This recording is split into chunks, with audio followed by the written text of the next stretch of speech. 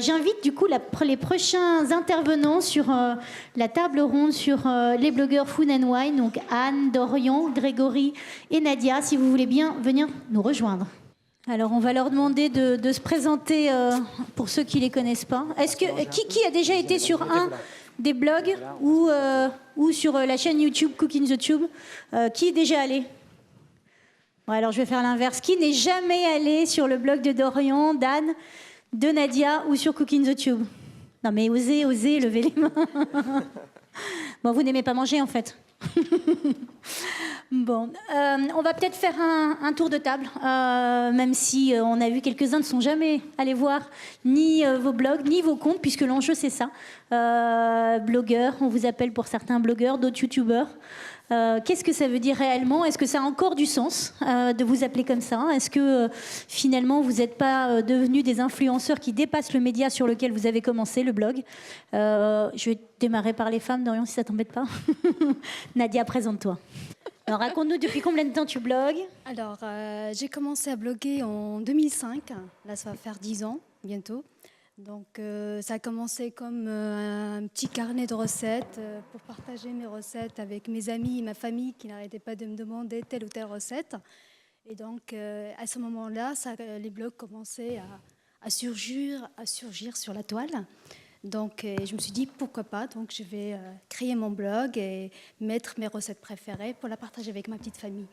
Et quelques mois après, c'est des internautes qui ont commencé à visiter mon blog, à tester mes recettes. Donc j'étais agréablement surprise et depuis, l'aventure a commencé comme ça et depuis, elle continue toujours. Merci Nadia. Anne, je te laisse mon micro. Merci. Ben, tout comme Nadia, j'ai commencé moi en 2005, en juin, donc ça fait plus de 10 ans.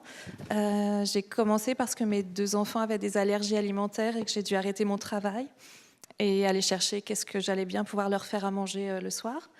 Et tout comme Nadia et Dorian, les gens ont commencé à venir petit à petit. Je crois qu'on s'est tous trouvés au bon endroit au bon moment.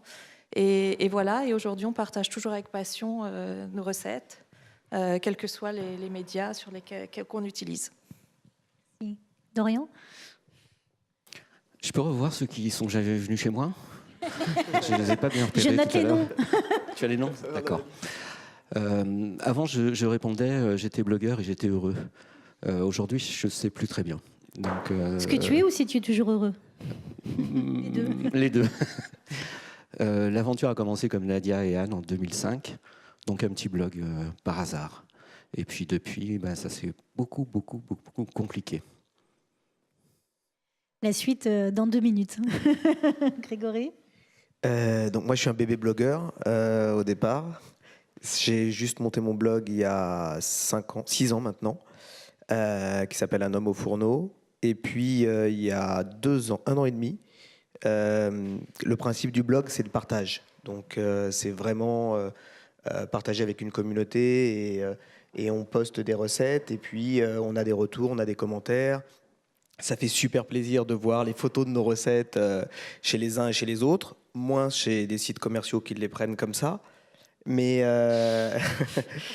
après, on se retrouve à dire comment est-ce qu'on fait puisqu'on partage, pour rencontrer. Donc on est heureux, il y a d'autres médias qui viennent réenrichir cette expérience. Il y a du Twitter, il y a de l'Instagram, puis il y a du YouTube qui permettent de partager ces recettes. Donc il y a 1 an et demi, j'ai créé la chaîne Cooking the Tube avec un collectif de talents, blogueurs et chefs. Merci. L'idée, c'est que effectivement, vous avez tous raconté un peu comment vous avez démarré. Dorian qui raconte un peu soit la schizophrénie, soit le flou artistique à la fois de la dénomination. Effectivement, on vous a appelé blogueur au départ parce que vous racontiez votre passion et vos histoires sur un média qui est le blog. Aujourd'hui, vous êtes à peu près tous présents sur pratiquement tous les réseaux sociaux, avec, et on va le voir, une spécificité par rapport à YouTube. Du coup, qu'est-ce qui fait... D'abord, est-ce qu'on doit vous appeler toujours blogueur? Et puis, pourquoi avoir choisi soit tous les réseaux sociaux, soit certains réseaux sociaux en particulier? Est-ce que finalement, ce sont les mêmes communautés? Est-ce que vous allez chercher d'autres communautés ou est-ce que d'autres communautés viennent vous chercher? Comment ça se passe? Et là, Dorian, cette fois, je te laisse la parole. Déjà, j'ai regardé ce que je faisais. avant de choisir un réseau. Et assez naturellement, je me suis demandé quel était mon ADN et quel était l'ADN du réseau sur lequel j'allais me sentir bien. Et puis assez naturellement, je me suis retrouvé sur Pinterest, curieusement. Pour ceux qui me connaissent, ils regarderont mes photos et celles que je poste sur Pinterest, et je crois que le lien est facile à comprendre. Et en plus, c'est pas que ça, c'est qu'est-ce qu'on en fait, qu'est-ce qu'on fait d'un réseau. Moi, un réseau, c'est pour me mettre de bonne humeur le matin, pour me permettre de trouver des idées, pour rencontrer, pour découvrir. Donc voilà, c'est assez naturel, hein, je crois. Et du coup, même communauté, une communauté différente, même contenu, un autre contenu. On parlait tout à l'heure avec Florence, plus spécifiquement sur Facebook ou Instagram, mais avec cette notion de on ne va pas par hasard sur un réseau social, tu l'as dit, en lien avec ton ADN, mais aussi, j'imagine, en lien avec quelles sont les communautés qui sont dessus, qu'est-ce qu'ils attendent, qu'est-ce qu'ils cherchent. Oui, pas même communauté forcément. Quand je regarde comment ça se passe sur Pinterest et je regarde d'où viennent les gens qui me lisent, la première ville citée, c'est New York. C'est pas exactement. C'est pas le cas sur ton blog. Pas exactement. Et si je regarde sur les autres réseaux, j'ai Paris, Strasbourg, Lyon, Marseille. Donc effectivement, mon intérêt allant aussi de ce côté-là, c'est vrai qu'il est réciproque. Anne, peut-être ? Oui, c'est vrai que Pinterest est un réseau d'images, ça nous permet de toucher le monde entier, ce que nous permet pas forcément notre blog qui est francophone, enfin, même si Dorian, tu traduis un petit peu. Mais ça nous ouvre. Et puis l'intérêt de Pinterest par rapport aux autres réseaux aujourd'hui, c'est que une épingle a une durée de vie, je pense, qui est beaucoup plus longue qu'une photo sur Instagram ou un tweet ou un post sur Facebook. Après, moi, je trouve que les gens commentent pas énormément sur Pinterest. Ils discutent beaucoup sur Facebook. Et puis après, je suis tout à fait d'accord avec la notion de chaud et de froid. C'est vrai que sur Instagram, moi, je vais partager plus des choses extrêmement spontanées, alors que sur Pinterest, je vais m'en servir pour republier des vieilles recettes, puisqu'on a en cuisine un contenu qui n'est pas obsolète. C'est-à-dire que nos recettes d'il y a 10 ans, elles marchent encore aujourd'hui. Sur nos blogs, c'est difficile de les faire vivre, alors que sur Pinterest, c'est beaucoup plus facile. Même sur Facebook aussi, ça marche. Et du coup aussi, alors tu es toi plus particulièrement présente sur tous les réseaux sociaux, sauf... Non, mais c'est très spontané. Voilà, je suis pas très peu sur YouTube, parce que YouTube, je trouve que c'est un réseau qui est très très difficile, dans la mesure où une vidéo culinaire, je pense que ça doit être très bien fait. Sinon, c'est vraiment ennuyeux et que ça nécessite beaucoup de temps et beaucoup de moyens, ce que j'ai pas pour l'instant. Nadia. Nadia, on te sait très très... Alors je sais que tu es également sur Pinterest, mais fortement aussi sur Instagram. Oui, sur tous les réseaux sociaux. Donc, comme Anne et Dorian, je suis effectivement sur Pinterest parce que ça englobe des internautes qui ne sont pas forcément sur Facebook et Instagram. Et on peut avoir des visites, mais vraiment des autres continents. Alors que le blog, comme il est francophone, il est en français, c'est pas forcément parce que... La preuve, c'est que parfois j'ai des demandes de commentaires comme quoi ils disent please de traduire en anglais la recette parce que ça les intéresse. Alors que les images sont universelles. Voilà, tout à fait. Donc du coup, je suis très présente aussi sur Twitter, sur Instagram, beaucoup sur Instagram parce que je poste quotidiennement mon vécu, surtout pas ma vie personnelle, mais je reste toujours sur la gastronomie, sur les voyages, sur les découvertes, que ce soit même sur les livres, les films. Du coup, beaucoup de commentaires, beaucoup d'échanges sur Instagram. Énormément d'échanges, énormément. Très peu négatifs, heureusement, parce qu'il y a toujours des trolls, malheureusement, partout. Mais c'est vrai que je suis très, très présente sur Instagram, parce que ça permet aussi à certaines personnes qui n'ont pas forcément... un compte Facebook à discuter avec moi. Oui, parce qu'Instagram est ouvert même si on n'est pas inscrit. Instagram, il est ouvert à tout le monde, donc ils peuvent poser des questions sur telle ou telle recette, sur tel ou tel conseil, même si ils demandent des fois, c'est vraiment sur des conseils très très basiques sur la cuisine, ou bien sur les restaurants, ou bien ils ont vu quelque chose... une photo que j'ai postée sur un événement il y a longtemps, ils veulent avoir plus de renseignements, donc... c'est pour cela que je trouve ça très sympa d'être sur Instagram quotidiennement. Donc ce qu'on voit, ce que vous dites, c'est du coup des usages, des communautés parfois différentes. Certains réseaux sociaux sur lesquels il y a beaucoup de commentaires, d'autres moins. Certains réseaux plutôt chauds, d'autres plutôt froids. Donc finalement, on n'y va pas forcément pour les mêmes raisons. Et sur YouTube, Grégory, du coup... Désolée. Pardon. Sur YouTube, du coup, à la fois Anne, Dorian, je crois que tu n'es pas sur YouTube non plus. Et Nadia, si, à travers 750 grammes, Oui, des vidéos. J'ai énormément de vidéos recettes avec Chef Damien qui est de 750 grammes. Donc, mais moi, je fais juste la Pas recette. directement. Après, je ne gère pas le derrière. Donc on voit une difficulté pour les blogueurs qui, au contraire, sont très à l'aise et vont naturellement vers l'ensemble des réseaux sociaux, plus compliqué sur YouTube. Oui, parce qu'en fait, alors, on est quelques sites sur YouTube, en tout cas quelques communautés qui proposent de la vidéo. Il y a 750 grammes, on peut aussi citer Marmiton. Et puis il y a Cooking de Tube, on a chacun des spécificités un petit peu différentes. Un blogueur au départ, il est chez lui, il est avec son appareil photo, avec sa poêle, sa casserole, enfin peu importe, et puis son ordinateur, il va faire ses photos, il va écrire son article, il va le poster. En termes de moyens techniques, on va s'améliorer en termes de photos, en termes de retouches, on va se faire un mini studio, on va commencer à gérer les éclairages, puis on va du coup devenir de plus en plus pro là-dessus. La vidéo, c'est différent. La vidéo, on va devoir gérer le son, gérer la lumière, l'enregistrement, le montage, la diffusion. Donc c'est compliqué. Moi, j'ai créé Cooking de Tube. C'est un collectif de talents. Je disais bonjour en fait à Sanji qui est là-bas et qui fait partie Bollywood Kitchen, qui fait partie du collectif Cooking de Tube. En fait, on a ouvert les moyens techniques de la chaîne à des chefs cuisiniers qui n'avaient pas l'habitude de bloguer, puis aussi à des blogueurs qui viennent, qui nous rejoignent, et on propose donc des recettes à travers notre chaîne. Et du coup, tous les quatre, une marque aujourd'hui, enfin jusque-là, ça demande, c'était OK, est-ce qu'on peut travailler ensemble, soit de manière en co-création, soit en échange, en découverte, en relation. C'était surtout à travers votre blog qu'on venait vous voir. Aujourd'hui, est-ce qu'on vient vous voir plus spécifiquement, soit de manière globale, ce qui nous intéresse, c'est à la fois le blog, les réseaux sociaux que vous animez.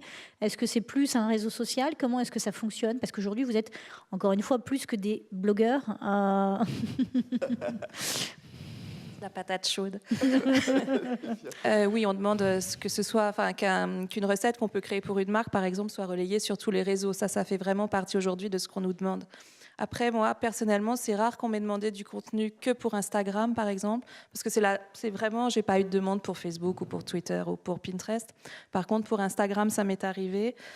Bon, après, moi, je suis pas très, très fan de ça, donc je pense que c'est vraiment une discussion au cas par cas. C'est complémentaire, selon toi? À la fois le blog, à la fois Instagram. Oui, après, il ne faut pas que ce soit redondant non plus, parce qu'on a des gens qui nous suivent sur les différents réseaux. Donc, s'ils ont la même information 5 ou 6 fois, c'est franchement pas c'est pas pertinent. Donc, je pense que c'est à prendre avec beaucoup de précautions.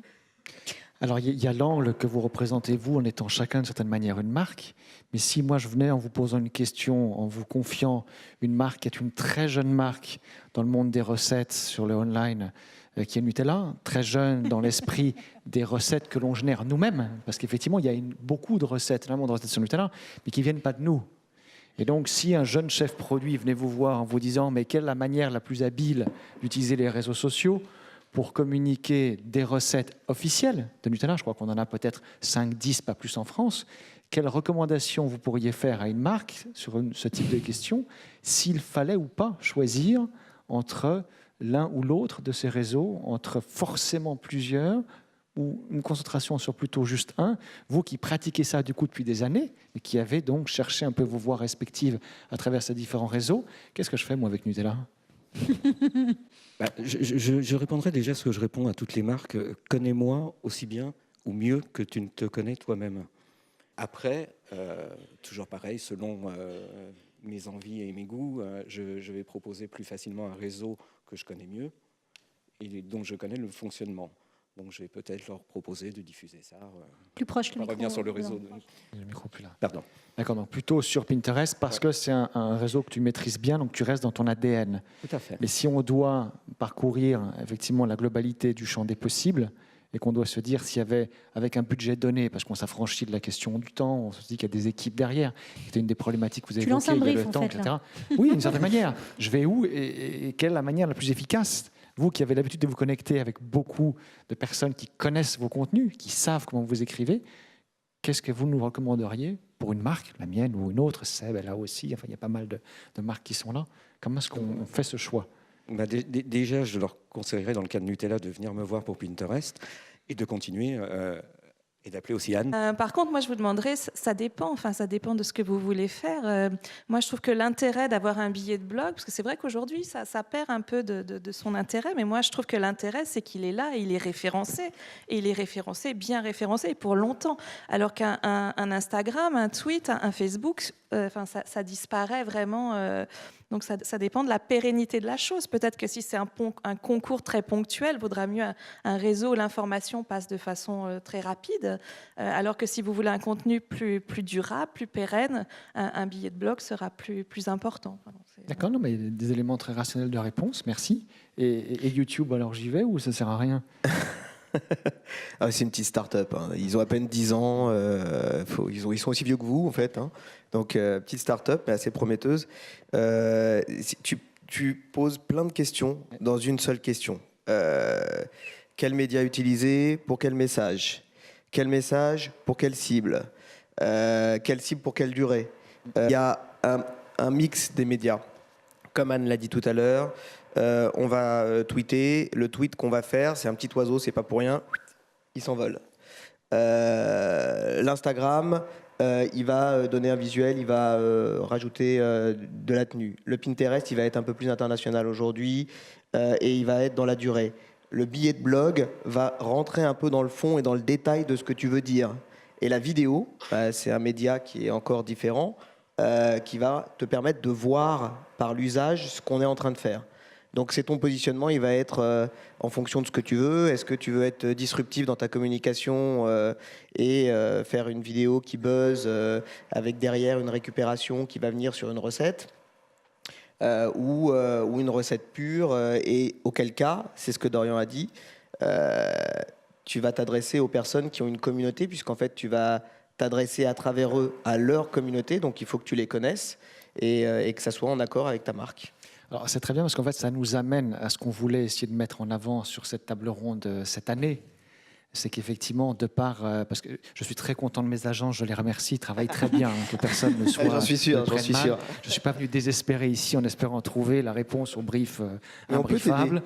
Et ce qui est intéressant, c'est qu'on se rend bien compte, parce que c'était un peu le risque aussi de vous interroger tous aujourd'hui, parce qu'effectivement, vous êtes là, pour certains d'entre vous, depuis longtemps, mais ce que l'on arrive à lire de ce que vous nous racontez là, c'est qu'en fait, vous avez trouvé votre voie au travers de tous ces différents réseaux sociaux, que vous avez essayé des choses et d'autres, et que vous avez réussi en fait à en dégager des aspérités qui ont le plus de sens par rapport à la manière dont vous voulez raconter votre histoire. Et ce qui montre bien que ce n'est pas un choix à faire systématiquement, de manière catégorique, mais qu'effectivement, en fonction d'un objectif précis, on va trouver tout à fait ce qu'il nous faut et qu'on va donc pouvoir profiter de cette diversité énorme pour mettre en œuvre un message de la meilleure manière en fonction d'un public précis, d'un objectif donné et en fonction de moyens associés.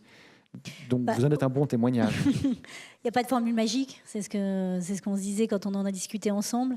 Parce que concrètement, comment on fait pour que ça viralise, pour que tout le monde en parle, pour que votre communauté soit intéressée? Vous disiez, il faut d'abord que ça nous intéresse, nous. Donc c'est exactement ce que vous avez répondu tous les deux à Guillaume, avec Anne, pas du tout ton sujet, Dorian, justement plutôt ton sujet. Et après, chacun aussi, en sachant que si on vient voir Dorian, on sait que Dorian a plutôt une affinité avec Pinterest, même si tu utilises les autres réseaux. Et en sachant ça, du coup, permet d'orienter aussi le choix des influenceurs, blogueurs, avec lesquels on veut travailler ou la marque veut travailler. Juste du coup, sans boule de cristal, dans 1 an, dans 2 ans, là je vois tout le monde lever les sourcils, personne ne veut plus répondre. Qu'est-ce qu'il en sera? Vers quoi ça va évoluer? Comment, alors le flou d'Orient tout à l'heure, où tu dis aujourd'hui je ne sais plus comment me définir, c'est ça que j'ai cru comprendre. Ça va s'affiner, ça va au contraire... Je crois que ça va continuer à être flou et que je vais continuer à chercher. Parce que depuis le début, je cherche en fait. Et j'ai toujours pas trouvé. C'est un peu le problème. Et je pense qu'on va D'où se le nom de ton rencontrer. blog d'ailleurs. Oui. On va aller chercher de son côté. Parce que je pense que l'avenir est aussi dans la vidéo et dans la réécriture de la manière dont on fait des recettes de cuisine en vidéo. Parce que là, il y a vraiment du travail. Et je suis complètement d'accord avec Dorian, donc il faut qu'on se revoie. Mais je pense que on a une base qui est commune, c'est le contenu. Et ensuite, autour de ce contenu, il y a des évolutions technologiques. Et à nous effectivement, d'adapter après la façon dont on va retranscrire ce contenu en fonction des différentes évolutions technologiques. Mais ce qui est clé et ce qui est nécessaire, parce qu'aujourd'hui on voit une prolifération de plein d'innovations technologiques, mais on ne voit pas non plus une démultiplication des contenus, puisque ceux qui créent les contenus, ils ne sont pas aussi nombreux qu'on pourrait l'imaginer. Et donc du coup, c'est là où il y a aussi une interaction qui se fait entre les marques maintenant, qui aident à créer des contenus, et nous, qui créons ces contenus, entre autres pour les marques, avec des diffusions multiples. Une question, le brief idéal, alors, qu'est-ce que vous n'avez jamais fait et que vous aimeriez faire, soit en citant une marque, si vous avez une marque avec laquelle vous n'avez jamais travaillé, avec qui vous adoreriez travailler, et ou un type de sujet ou d'opération. Je ne les ai pas fait réfléchir avant, alors ça devient compliqué. À la limite, ouais, si. Que Monsieur Monoprix arrive un matin chez moi en me disant « Tiens, voilà les clés, tu as 24 heures chez moi. » Ça, c'est quand il veut. Ou d'autres enseignes. Moi, j'aimerais qu'ils nous fassent un peu plus confiance. Parce que je pense qu'on connaît nos communautés, qu'on pratique toute la journée depuis un certain nombre d'années. Et que, voilà, qu'ils écoutent peut-être un petit peu plus ce qu'on leur dit parfois.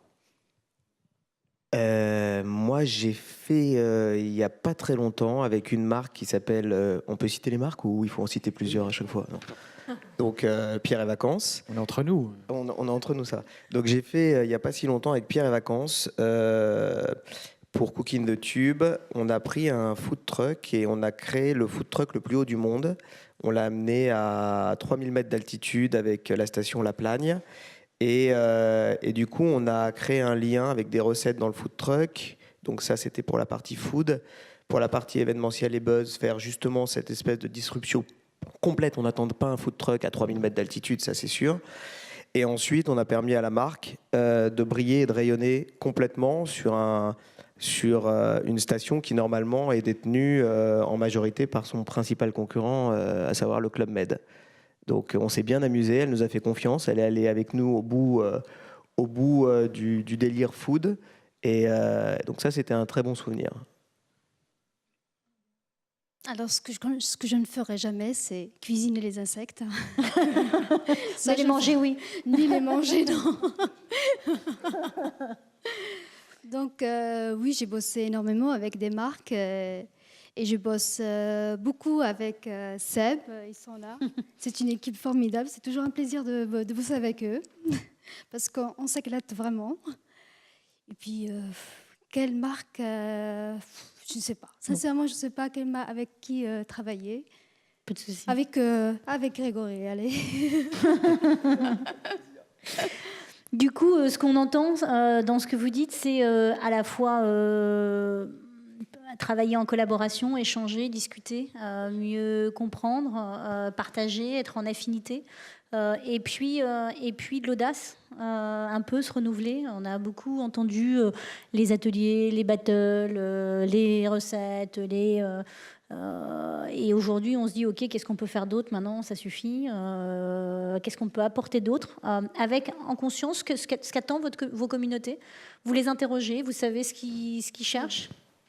Ce qu'ils n'aiment pas, c'est la pub. Ça, c'est vraiment le truc qui est compliqué à gérer. Oui, sinon, oui, on les interroge, puis on voit tout de suite si ça marche ou si ça ne marche pas. C'est immédiat, hein. On le voit dans les 10 secondes. Oui, on n'a même pas à leur demander, quoi. Quand un article reste tout en bas, on se dit, tiens, il y a peut-être quelque chose que je n'ai pas fait comme il faudrait. D'accord. Je vous propose peut-être des questions, oui, dans la salle. Dans le public. Est-ce que vous avez des questions à poser? J'ai une question là. Bonjour à tous. J'avais juste une question. En fait, dans le cadre de notre travail, on se rend compte qu'il y a pas mal de polémiques autour des blogueurs rémunérés. Alors, ça ne vous concerne sûrement pas, mais... Alors, juste dans le cadre de votre travail, vous êtes? Alors, je travaille en tant que chef de produit pour la restauration Novotel, donc en groupe Accor. Et en l'occurrence, voilà, on a certaines agences de communication qui parfois peuvent nous proposer en tout cas des actions avec des blogueurs rémunérés, chose qu'on n'a pas fait.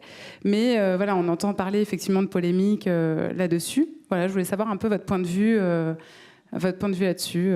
Voilà. Ah ben alors moi, je vais répondre. Quand je travaille pour une marque, c'est rémunéré. Sinon, je suis sur mon canapé tranquille, comme vous.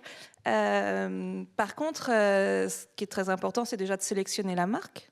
Moi, je pense qu'en amont, on est extrêmement vigilant sur qu'est-ce qu'on fait, puisque c'est notre e-réputation, notre communauté avec laquelle on s'engage. Mais à partir du moment où on fait un travail, moi, j'estime qu'il faut être rémunéré. Je peux peut-être apporter un regard aussi. Effectivement, c'est tout à fait normal d'avoir le temps et l'attention et le talent de ces personnes-là qui nous aident. Et ce que l'on va chercher quand on fait appel à des blogueuses, c'est pas du contenu gratuit, c'est une patte, c'est une couleur. C'est pas trop dans ce sens-là, en fait. Ma question, c'est plus côté, entre guillemets, restaurant ouais, c'est plus côté restaurant, en fait, où on peut avoir des blogueurs qui viennent et qui, voilà, en l'occurrence, prennent des photos, ce restaurant est génial, ou ce genre de choses. Et ça, c'est rémunéré. Et du coup, qu'en est-il de la crédibilité, entre guillemets, du poste? Il peut y avoir des expériences qu'on propose à des blogueurs. Ils viennent pas, comme ils en ont envie. Et après, ils ont envie d'en parler parce qu'ils ont été touchés, parce qu'ils ont vécu une expérience ou pas. Et c'est leur libre arbitre, évidemment, et c'est en lien avec le contenu qu'ils ont envie d'écrire. Et donc, c'est deux différentes manières de travailler avec ces blogueurs, qui peuvent être de la rémunération, qui peuvent être du billet sponsorisé, qui peuvent être juste pas juste de l'expérience blogueur.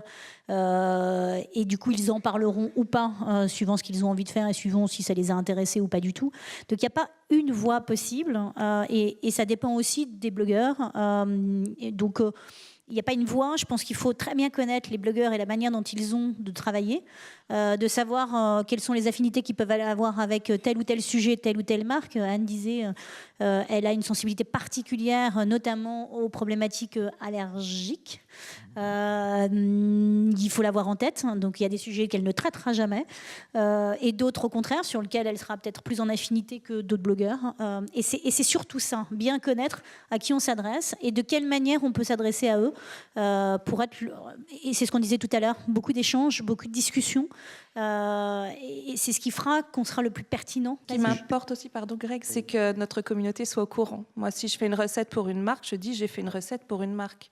La transparence est très importante vis-à-vis de nos lecteurs. Ouais, ça c'est bien. Ouais, voilà, c'est ça l'essentiel même. C'est-à-dire qu'on a un lien particulier avec notre communauté dans la mesure où on échange, on parle. Moi, ça m'arrive de rencontrer des gens qui me parlent comme si j'étais leur pote de toujours. Et en fait, réellement, je me dis, mince, je ne me rappelle pas de qui il s'agit. Et c'est un follower qui a parlé avec moi, échangé soit sur des billets de blog, soit sur Twitter, etc. Ce qu'on leur doit, c'est une transparence totale.